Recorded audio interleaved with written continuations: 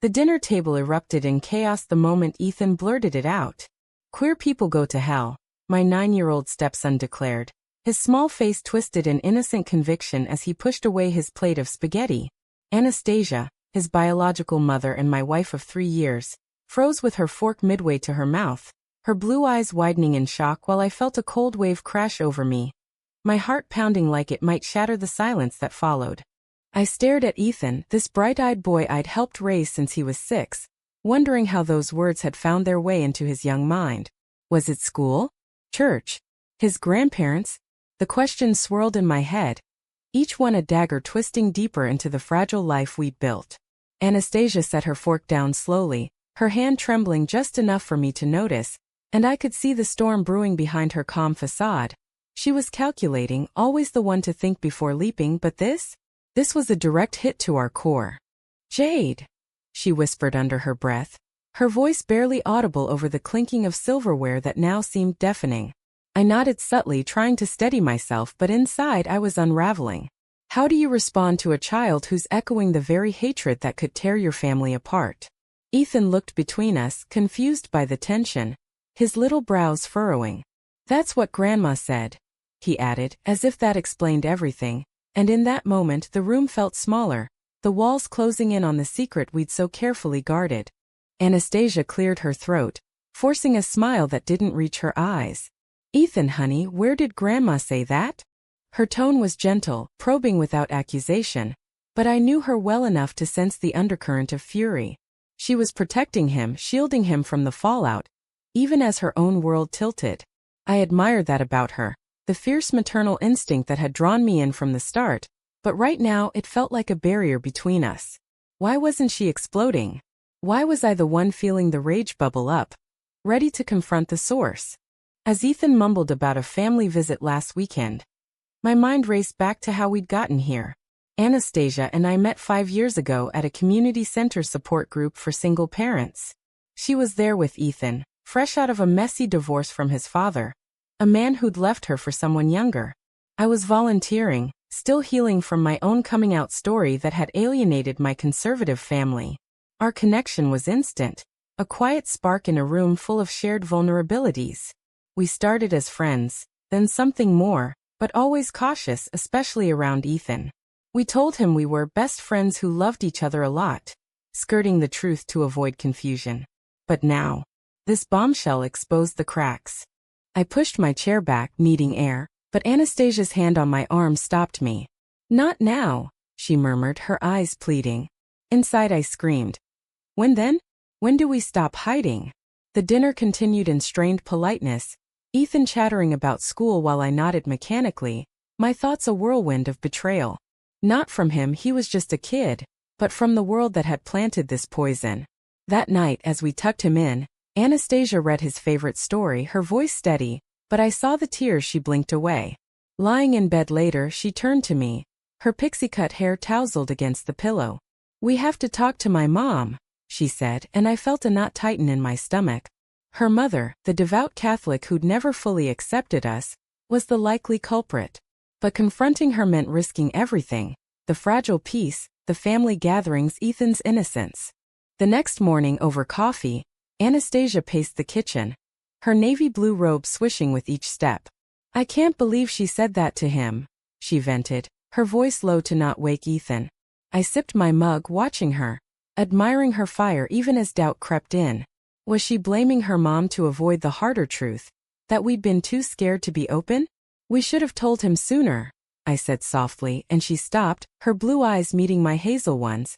"And risk him repeating it at school? Getting bullied?"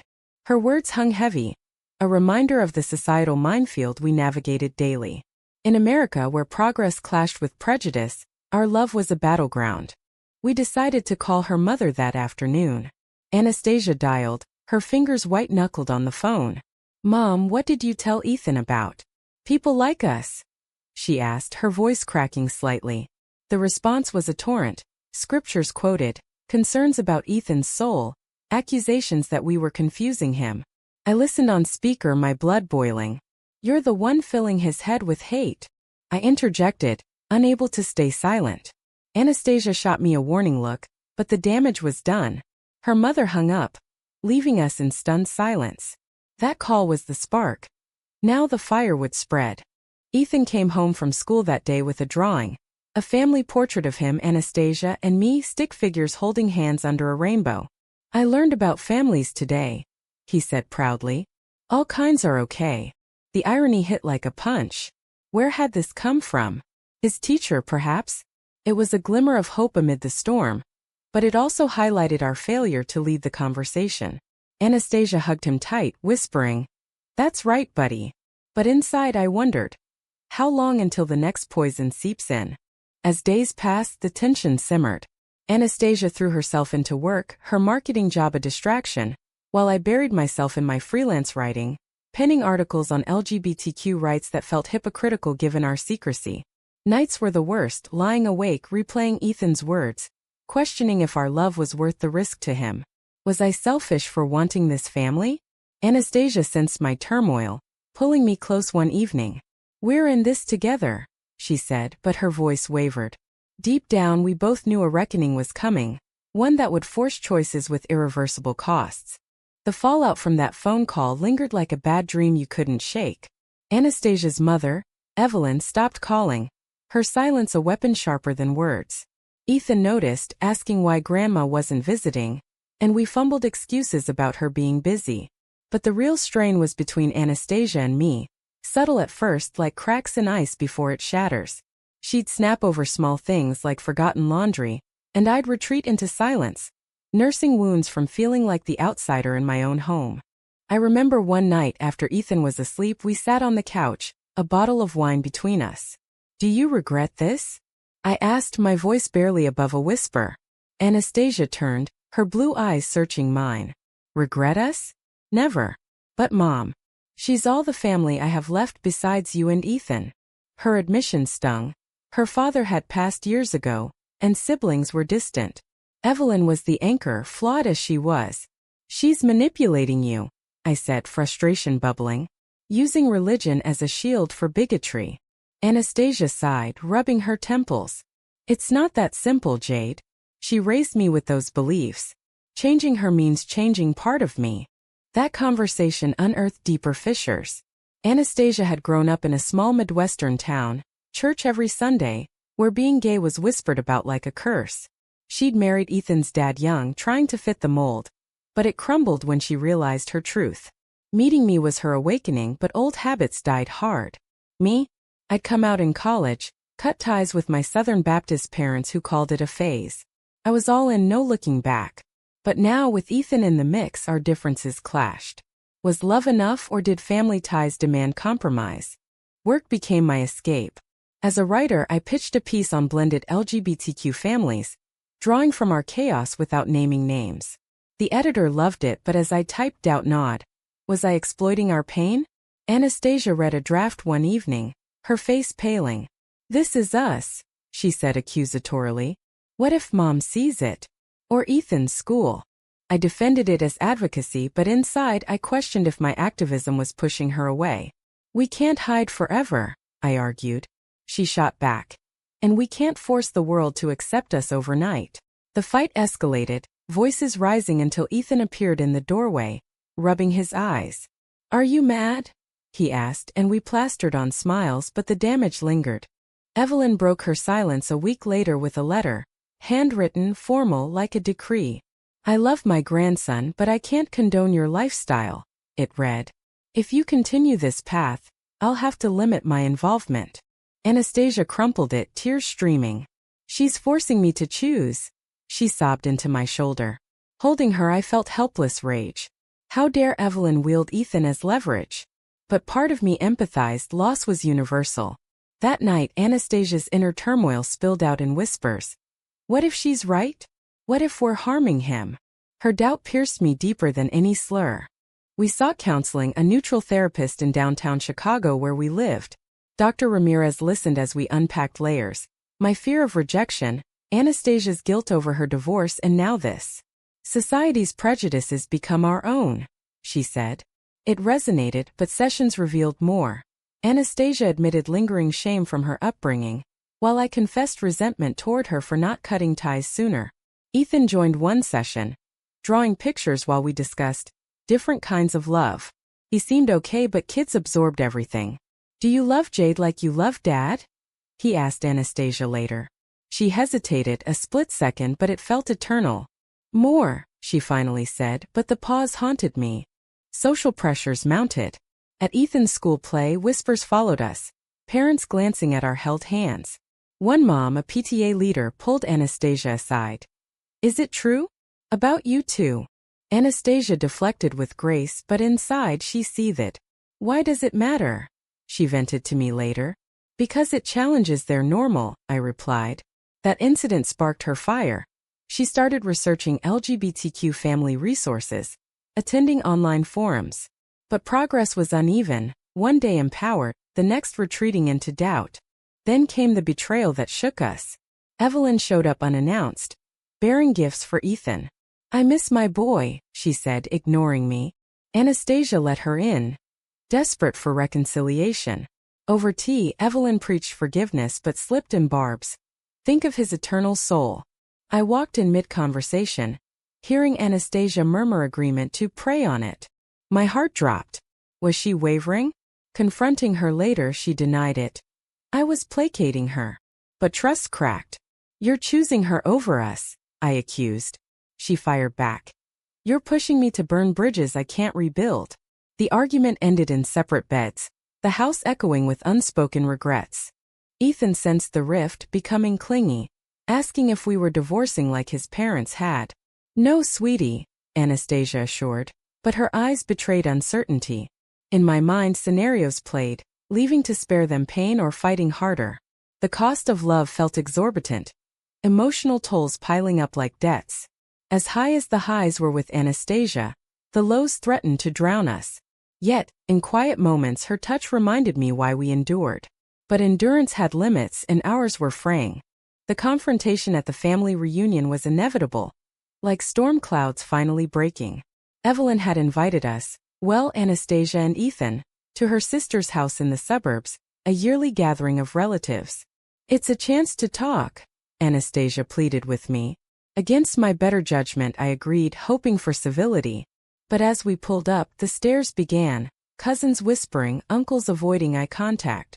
Ethan ran to play with kids, oblivious, while I gripped Anastasia's hand, a silent vow. Inside, Evelyn cornered us. "I'm glad you came," she said sweetly, but her eyes on our linked fingers hardened. "Though I prayed you'd reconsider." Anastasia tensed. "Mom, this is who I am." Evelyn's response was swift. "It's a choice, and a sinful one." The room quieted, relatives eavesdropping. I stepped in. "Love isn't a choice, but hate is."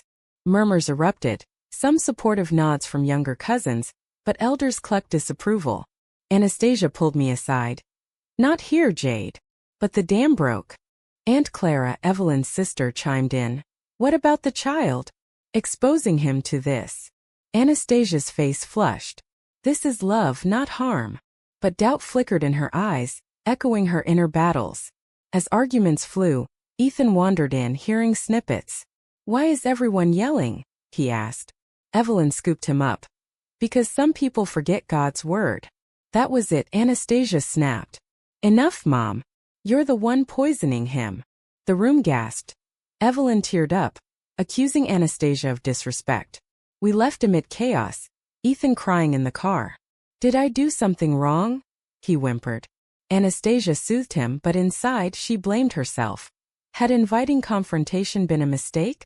Back home, the aftermath hit hard. Anastasia withdrew, spending hours on the phone with the support hotline, questioning her decisions. "Maybe I should have stayed single," she confessed one night, staring at the ceiling. Her words gutted me. Was our love a regret? I fought back tears. "You don't mean that." But her silence spoke volumes. Social media amplified the noise. A relative posted vaguely about family values, tagging Anastasia. Comments poured in, support mixed with vitriol. "Think of your son," one read. It fueled her paranoia. What if child services got involved?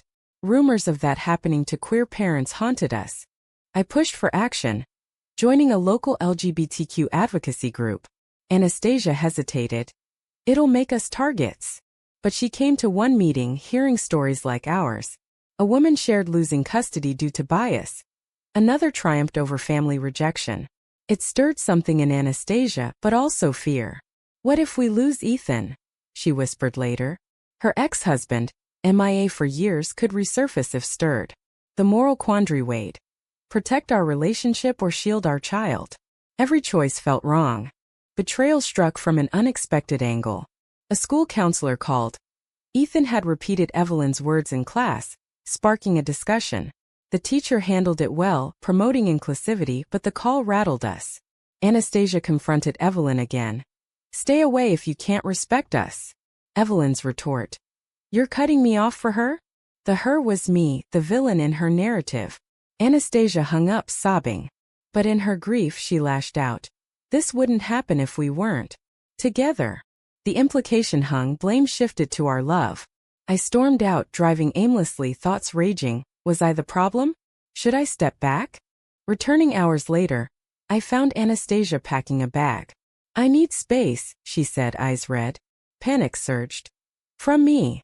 She nodded. To think. Ethan was at a sleepover, spared the scene. As she left for a hotel, I collapsed, alone with my demons. Had our defiance cost too much? Friends called, offering support, but isolation gripped me. In the mirror, I saw a woman broken by love's demands. Beautiful, yes, but weary. Anastasia's absence amplified every doubt. Society's judgment internalized, turning us against each other. She returned 2 days later, bag in hand, face resolute. I can't lose you, she said, pulling me into an embrace. Relief flooded, but tension remained. We recommitted to therapy, setting boundaries with Evelyn. No contact until she apologized. But the victory felt hollow. Damage lingered in Ethan's questions. Why doesn't Grandma like Jade? We explained gently. Sometimes people disagree, but love wins. He nodded, but innocence eroded. Highs and lows cycled. A proud moment. Ethan defending a gay classmate from bullies. My mom say everyone's okay, he told us. Moms plural. It was the first time he'd said it, a quiet acceptance. But shadows loomed. Evelyn filed for grandparent visitation rights, citing unstable environment. The letter arrived like a bomb, forcing legal battles. Anastasia's resolve hardened. We'll fight. But the cost, lawyers, stress, exposure tested us. Moral lines blurred. Was denying Evelyn access cruel or necessary? Choices piled, each with a price tag and pain. The courtroom loomed like a coliseum, where our lives would be dissected under fluorescent lights. Evelyn's petition for visitation cited religious concerns and moral instability, painting us as unfit. Anastasia gripped my hand in the waiting area, her palm sweaty. We can do this, she whispered, but her voice trembled. Ethan stayed with a sitter, unaware of the stakes. Inside me, fury mixed with fear. How had love led to this? Our lawyer, a sharp advocate for LGBTQ rights, prepped us. Focus on facts, your stable home, Ethan's well-being. But Evelyn's side spun narratives, witnesses from church testifying to traditional values. Anastasia took the stand first, voice steady. I love my son and my wife. That's not instability. The judge nodded neutrally, but Evelyn's tears swayed some. I just want to guide him right, she pleaded. Guide him away from us? The hypocrisy burned. My testimony followed, recounting our family life, bedtime stories, school runs, the everyday normalcy bigots ignored. But cross-examination dug deep. Ms. J, do you believe exposing a child to homosexuality is ethical? I paused, rage simmering. Love is ethical. Hate isn't. Murmurs rippled. The judge banged her gavel. Anastasia watched, pride in her eyes, but worry etched her face. What if we lost? Custody wasn't at stake yet, but visitation could open doors to influence. Post-hearing stress fractured us. Anastasia obsessed over details. Did I say enough? I'd reassure, but doubts crept. Was fighting worth the toll on Ethan? He started having nightmares, waking crying about losing Grandma. We comforted, but guilt gnawed. Our choices birthed his pain. One night, Anastasia broke. Maybe compromise, supervised visits. I recoiled. And let her indoctrinate him? The argument escalated, old wounds reopening. You're inflexible, she yelled. You're weak. I shot back. Silence followed, thick with regret. Society's weight pressed harder. News of similar cases flooded feeds. Queer parents losing rights in conservative states. Friends rallied, organizing fundraisers, but isolation persisted. Anastasia's work suffered. She took leave, spiraling into depression. "What if I'm a bad mom?" she confided. Holding her, I whispered affirmations, but my own resolve wavered.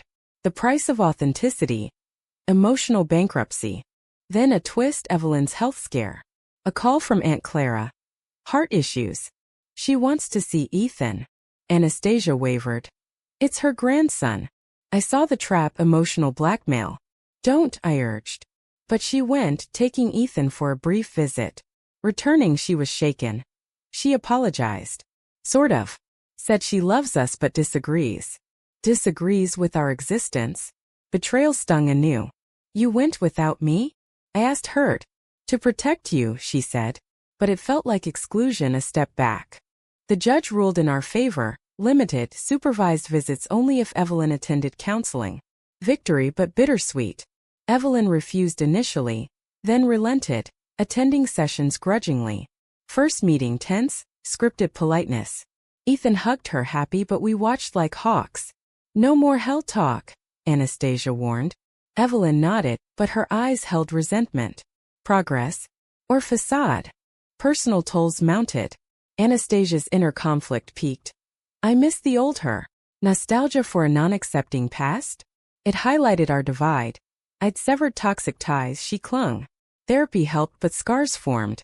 Ethan thrived outwardly but confided fears. What if people hate us?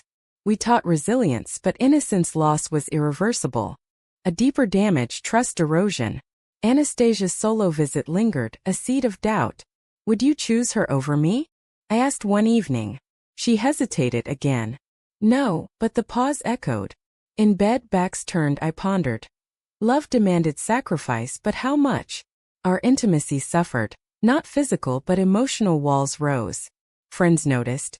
You two okay? We'd nod, faking unity. But inside, fractures deepened. High drama unfolded at Ethan's birthday party. Evelyn attended, supervised. Tensions simmered until she gifted a Bible, inscribed with verses on purity. Anastasia exploded. Take it back, Evelyn retorted. He needs guidance. Guests stared. Ethan looked confused. We ejected her, party ruined. Later, Anastasia wept.